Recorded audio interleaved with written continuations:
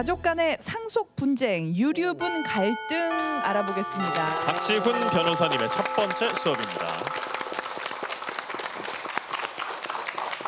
안녕하세요. 자, 누가 죽으면 상속이 이제 시작이 됩니다. 상속이 시작이 되면 가족 간의 갈등이 폭발하는 경우가 많아요. 이런 얘기 많이 들어봤을 거예요. 아니, 아버지가 집 형님한테 다 넘겼대. 아니, 병시중 다 내가 다 했는데 상속 똑같이 받았잖아. 이런 얘기도 들었을 거고요. 맞아. 재혼한 아내한테 재산 다 상속했대. 이런 얘기 듣습니다. 맞아요. 상속 문제가 돈 이야기 같지만 결국은 섭섭함의 이야기입니다. 서운함, 억울함이 터지는 순간 가족이 재판장, 법정에서 만나게 되는데요. 오늘은 우리 주변에서 실제로 많이 벌어지는 상속 문제 중에 하나, 유류분에 대해서 이야기를 좀 해보겠습니다. 네. 그럼 일단 유류분이 뭔지부터 좀 알아야 될 것 같아요. 유류분? 자꾸 기름 얘기를 하는데 기름하고는 관계가 없습니다. 아니, 유류할 유리. 예, 기름 아닙니다. 디젤 기름 아니에요? 디젤 아닙니다. 아니에요? 한자로 좀 풀어 쓰면요. 남길 유자에 머무를 유자, 나눌 분자예요. 남겨둘 몫이라는 뜻이에요. 죽은 뒤라도 가족에게 남겨둬야 하는 최소한의 상속 몫을 말하는데요. 가족이라면 이 정도는 받을 수 있는 권리, 그게 법으로 보장하는 제도라고 하면 할 수 있습니다. 아니, 내 재산을 내 마음대로 나눠주겠다는데 법이 뭔 상관이야? 라고 생각할 수 있는데. 아, 그렇게 생각하신다는 줄 알았어요. 연기 잘하신다. 아니요. 연기 잘하신다. 네, 라고 생각할 수 있는데 이걸 왜 만든 건가요, 이거는 그러면? 맞아요. 그렇게 생각할 수도 있지요. 네. 예를 들어서 돌아가신 분이 생전에 재산 전부를 어떤 특정한 사람한테 다 줘버리거나 유언을 할 수 있어요. 유언으로 다른 사람한테 모두 줘버리면 남은 가족들이 아무것도 못 받을 수도 있습니다. 그러면 남은 가족들 입장에서는 생활 자체가 어려워질 수도 있고요. 가족 간의 갈등이 굉장히 커질 수가 있습니다. 그래서 이런 상황을 막기 위해서 법에서는 재산을 자유롭게는 줄 수는 있어요. 줘도 되는데 가족에게 최소한의 몫은 보장해 주자. 이런 취지로 유류분 제도를 만드는 것입니다. 아니 그러면은 이게 최소한의 몫이라는 게 어느 정도인지도 궁금하고 이게 어떻게 나눠지는지도 궁금해요. 그게 가족 관계에 따라서는 조금씩 다르다고 봐야 됩니다. 일단은 배우자가 있고 자녀가 있어요. 이 배우자 자녀는 원래 자신이 받아야 될 법적 상속분의 절반까지 유류분을 받을 수가 있습니다. 아, 내가 상속으로 남겨준 거에 예, 내가 원래 받을 몫의 2분의 1을 받을 수 있고요. 부모님 같은 직계 존속, 위쪽 사람들은 법정 상속분의 3분의 1까지 인정을 받을 수가 있습니다. 2분의 1, 3분의 1인데요. 쉽게 예를 좀 들어보겠습니다. 돌아가신 분의 남은 재산이 10억 원 정도고 배우자하고 자녀 2명이 있다고 가정을 해보겠습니다. 법대로 나누면 배우자는 1.5고 자녀들은 1입니다. 1.5 대 1대 1입니다. 그렇게 계산해 보면 배우자는 한 4억 2천 정도 받을 수 있고요. 자녀들은 2억 8천 정도 받을 수가 있습니다. 그렇게 받아가면 법정 상속분이 떨어지는데 유류분은 절반까지 보장이 됩니다. 그러면 배우자는 2억 1천만 원이고 약 자녀들은 각각 1억 4천 정도를 돌려달라고 요구할 수 있는 권리가 생기는 겁니다. 그게 유류분이고요. 부모님 같은 경우는 3분의 1이에요. 그렇기 때문에 범위가 조금 적은데 돌아가신 분에게 배우자가 없고 자녀도 없고 부모님 2분만 살아계신 경우 예를 한번 들어볼게요. 남긴 재산이 10억인데 이렇게 10억 정도를 부모님한테 줄 것 같으면 5억 반반씩 드리면 돼요. 내가 죽었을 때. 근데 아버지 5억, 어머니 5억이 법정 상속분인데 돌아가시는 분이 유언으로 아버지, 어머니 아니고 제3자 딴 사람한테 주는 걸로 다 해놨다고 가정했을 때. 예를 들어 애인이 있었어. 네, 애인이나 뭐 좋아하는 사람한테. 그렇지. 그런 경우는 법정 상속분의 3분의 1 유류분으로 보장이 됩니다. 그러니까 아버지, 어머니가 원래 5억을 받을 수 있다면 5억의 3분의 1인 1억 6천만 원 정도, 또 어머니도 1억 6천만 원 정도를 최소한의 권리로 주장할 수 있는 겁니다. 그러니까 유류분이 가족이며 무조건 똑같이가 아니라 관계에 따라서는 법에서 최소한의 범위를 정해준 제도라고 볼 수 있는 것입니다. 그러면 이게 형제 자매분들은 이 유류분을 요구할 수 없는 건가요, 그러면? 원래 형제 자매가 3순위였어요. 그 상속 순위에서. 예전에는 유류분 청구를 할 수 있었습니다. 배우자가 자녀 또 아버지 어머니 없으면 그때는 형제 자매고요. 형제 자매도 나도 유류분 청구를 할 수 있었는데 이제 지금 상황이 좀 많이 바뀌고 또 관계가 끊어진 형제자매가 많다 보니까 그렇죠. 유류분을 형제자매까지 인정하는 게 맞느냐 이런 논란이 됐었고요.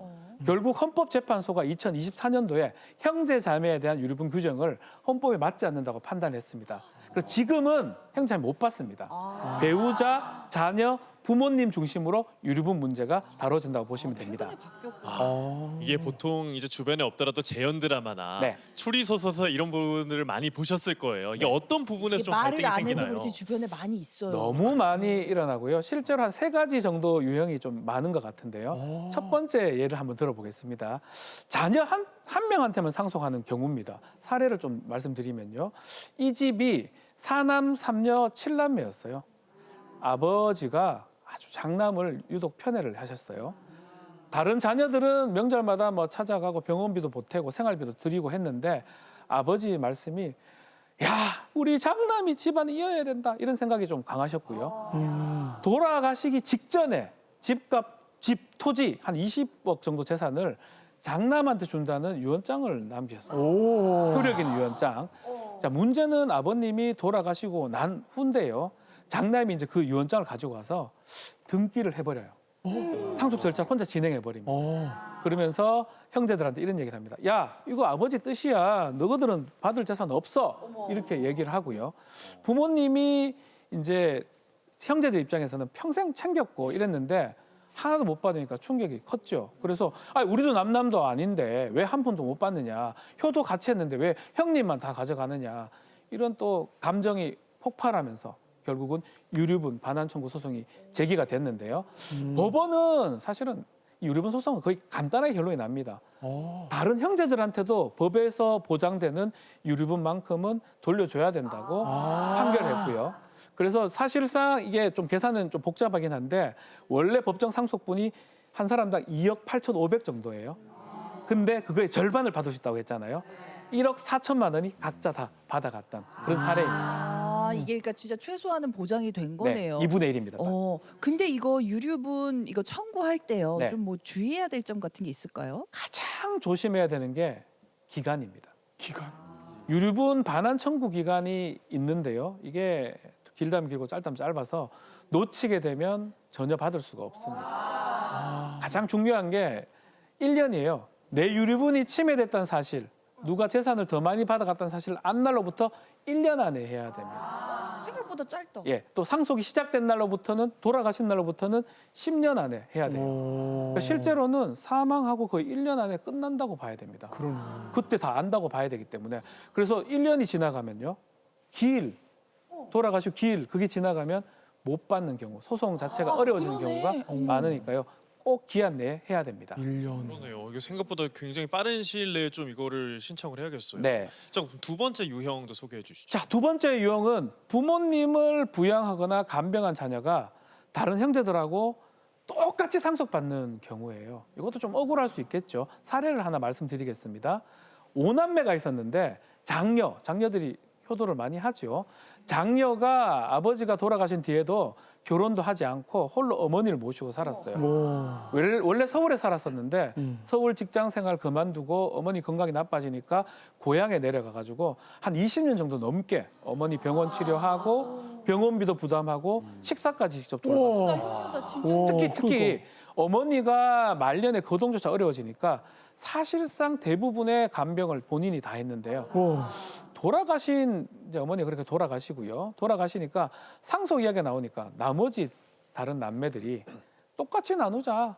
언니, 누나 이렇게 얘기하니까 장녀 입장에서 너무 억울했죠. 이건 너무 화가 나는 거 아닙니까? 억울했죠. 자기 인생 포기하고 그렇죠. 자기 일 포기하고 20년 동안 어머니 옆에서 이 봉양하고 이게 했는데 상속세를 똑같이 나눠가지고 이거 잘못된 거 아닙니까? 이거는? 그러니까 난 직장도 포기하고 모두 다 했는데 이걸 똑같이 받을 수 있냐라고 하면서 억울했는데 이런 경우 우리 법에서는 기여분이라는 제도가 있어요. 기여분? 유류분 아닙니다. 기여분입니다. 기여분은 부모의 재산 유지나 증가에 특별히 기여를 했거나 부모 봉양에 특별히 기여한 사람이 있다면 다른 상속인보다 조금 더 받게 할 수 있는 그런 제도입니다. 법원도 이런 경우 단순히 형제니까 똑같이 받아라 이렇게 하지 않고요. 누가 조금 더 받았는지 그 장녀죠. 그 사람이 부양했는 게 얼마나 이 많은지를 따라서 좀 달라집니다. 그래서 장기간 간병을 하거나 병원비를 부담하거나 직장 포기까지 그런 사정이 있다면 기업을 통해서 더 많은 상속분을 인정받을 가능성이 있는 것입니다. 야, 기여분이 있어서 정말 다행입니다. 네. 그러면은 부모님을 부양했다는 이거 증거 같은 게 꼭 필요한가요, 이런 게? 증거가 꼭 필요합니다. 다 자기 마음적으로는 많이 했던 것 같아요. 그렇죠. 다 그런 얘기를 하거든요. 맞아요. 그래서 단순히 자식으로서 할 일을 했다 이 정도는 안 됩니다. 특별한 인정이 돼야 돼요. 법원은 특별한 희생, 특별한 기여가 있었는지를 중요하게 보는데요. 예를 들어서 몇 년 동안 함께 살았는지, 병원비를 실제로 얼만큼 부담했는지, 간병 강도가 어느 정도인지 객관적 자료를 좀 내야 됩니다. 그러니까 증거가 상당히 중요한데요. 그런 증거는 객관적이어야 돼요. 지금 나오고 있는데 이 동거했다는 사실은 주민등록번이나 임대차 계약서 같은 게 필요하고요. 병간호했다는 거는 병원 진료 기록이나 보호자 기록, 또 병원비 이런 게 필요하고요. 생활비 부담 이런 거는 카드 결제 내역이나 영수증, 계좌 이체 내역 이런 것들로 증명이 가능합니다. 또 실제로 뭐 우리 소송하다 보면 옆에서 그걸 본 이웃이나 친지들 진술이 있습니다. 그걸 받으면 도움이 되는 경우도 있고요. 자, 기여분 자체가 가족끼리 협의해서 정할 수는 있어요. 누나, 언니가 가장 많이 했으니까 조금 더 드리자. 상속 재산을 협의하고 분할 협의를 하거든요. 이렇게 끝내는 게 가장 사실은 원만하죠. 누가 봐도 알잖아요. 저 사람이 제일 많이 했으니까. 근데 협의가 안 되거나 돈이 안 맞거나 하면 결국은 기여한 사람이 가정법원에 기여분 심판 청구를 하게 되고요. 법원은 자료를 보고 얼마나 더 인정할지 판단을 하게 됩니다. 네, 기여분이 인정되는 유형까지 알아봤고 네. 세 번째 유형도 좀 소개해 주시죠. 세 번째 유형은요. 이것도 많이 발생하는데 최근에 재혼한 배우자한테 재산을 많이 남기는 경우예요. 실제 사례를 한번 말씀드리겠습니다. 자녀가 2명인 아버님이 있었는데 아내하고 사별하고 재혼해서 새 배우자하고 살고 있었는데 수십 년간 이 배우자와 살면서 아파트도 주고 상가 건물 이런 걸 형성하면서 잘했는데 아버지가 돌아가시기 전에 대부분의 재산을 새어머니 명의로 돌려놓겠다라는 유언을 남긴 거예요. 그래서 당시 서울 집값 상가 가격이 매우 크게 오릅니다. 재산 규모가 뭐 수십억 원대로 올라가고 자식들 입장에서는 사실 억울하죠. 아무것도 못 받았다 우리. 그러면서 새어머니 상대로 유류분 반환 청구 소송을 제기한 겁니다. 새어머니도 그런 주장을 해요. 남편 병간호는 내가 했고 실제로 재산 관리도 내가 했기 때문에 이거는 내 거다라고 얘기했는데 법원은요. 유류분 제도. 배우자한테 재산을 많이 줄 수는 있지만 그 자녀들의 최소한 몫인 유류분까지는 완전히 배제할 수 없다고 판단했고 결국은 새어머니는 자녀들한테 법에서 보장하는 최소한의 상속분 일부 2분의 1이죠 통상 그것을 반환하게 됐고요. 이렇게 일들이 많이 일어나는 이유가 재판이 많이 일어나는 게 부동산 가격이 급등했기 때문이에요. 2020년 그 무렵에. 그래서 예전에는 뭐 평범한 집 한 채가 다였는데 아파트 가격 특히 서울 지역이나 수도권 지역에서 급등하면서 재산이 한 20억, 수십억 원대가 되면서 그러면 받고 싶은 욕망이 생기나 봐요. 그래서 가족 간의 갈등이 훨씬 커진 것입니다. 그러니까요. 이게 가족 간의 일은 뭐 가족 내에서만 안다고는 하지만 사실 이런 돈이 얽히게 되면 어쩔 수가 없는 것 같습니다. 네. 그럼 조금 더 주의해야 될 점이 혹시 있을까요? 특히 재혼 과정에서 좀 주의해야 될 거 있습니다. 미리 충분히 설명하고 정리해 두는 게 정말 중요한데요. 왜냐하면 재혼 배우자 입장에서는 노후를 함께 보냈는데 또 생활도 보장돼야 된다는 생각이 있고 또 자녀들 입장에서는 아니 부모님 재산이 갑자기 저쪽으로 넘어간다는 게 좀 이상하다 생각이 들 수가 있어요. 그래서 유언장만 딱 한 장 남겨두면 또 대화가 별로 없다면 결국 감정 싸움 나중에 재판을 하게 되는 경우가 되게 많습니다. 그래서 재혼 과정에서는 재산을 좀 어떻게 나눌지 생활비 거주 문제는 어떻게 할지 이런 걸 계약서를 쓸 수도 있고요. 충분히 좀 대화를 해서 미리 이야기하는 게 아주 중요하고요. 이게 우리나라 문화에서는 아직 그런 이야기가 이렇게 미국에는 많아요. 하잖아요. 혼전 예. 계약서를 많이 쓰거든요. 예. 그래서 대화해야 되고 또 필요하다면 유언장을 작성할 때도 한 사람한테 몰아주지 말고요. 유류분도 생각을 하고 좀 전에 말했던 기여분도 생각해서 소송이 안 될 만하게 작성을 좀 해야 됩니다. 가장 중요한 게 결국은 돈의 문제가 아니고 나는 우리 부모님한테 가족으로서 인정을 받았는가 이런 감정 문제거든요. 그래서 재혼 과정일수록 법적인 문제 또 가족 간의 소통 함께 좀 준비해 두는 게 굉장히 중요합니다. 네. 자, 우리 강연 마무리해 주세요. 네, 아이고 우리 드라마에서 많이 보던 일들이 상속 문제에서는 정말 대부분 일어납니다. 변호사 입장에서 누가 사망했다고 싶으면 유류분 소송 이제 생기겠네?라고 생각할 정도로 되게 많이 일어납니다. 그래서 재판하러 가면 좀 슬픕니다. 원고 이르면 원고 누구 피고 누구 나오면 형이나 누나한테 박지훈 씨, 피고 박지훈 씨 뭐 이렇게 소리 막 지르는 모습이 있거든요. 가족인데요. 가족인데요.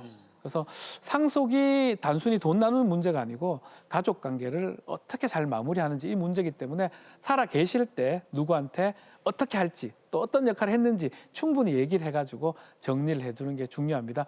준비된 상속은 가족을 지킵니다. 그렇지만 준비되지 않는 상속은 남은 가족들한테 큰 상처가 되고요. 내가 떠난 뒤에 가족이 서로 등을 돌리게 됩니다. 돌리지 않게 하기 위해서는 가장 좋은 상속을 할 수 있도록 노력을 해야 됩니다. 네, 첫 번째 강의 유류분에 대해서 이렇게 네, 잘 네. 정리를 해주셨습니다. 티버스로도 내용이 많이 올라왔을 것 같아요. 시청자 질문인데요. 예. 부모님이 살아계실 때 형이 사업을 한다고 돈을 많이 지원해 주셨는데 이것도 유류분에 반영이 될까요? 네, 이것도 우리 법적 개념은 특별 수익이라고 표현을 합니다. 그러니까 미리 상속받았다고 우리 법은 봐버려요.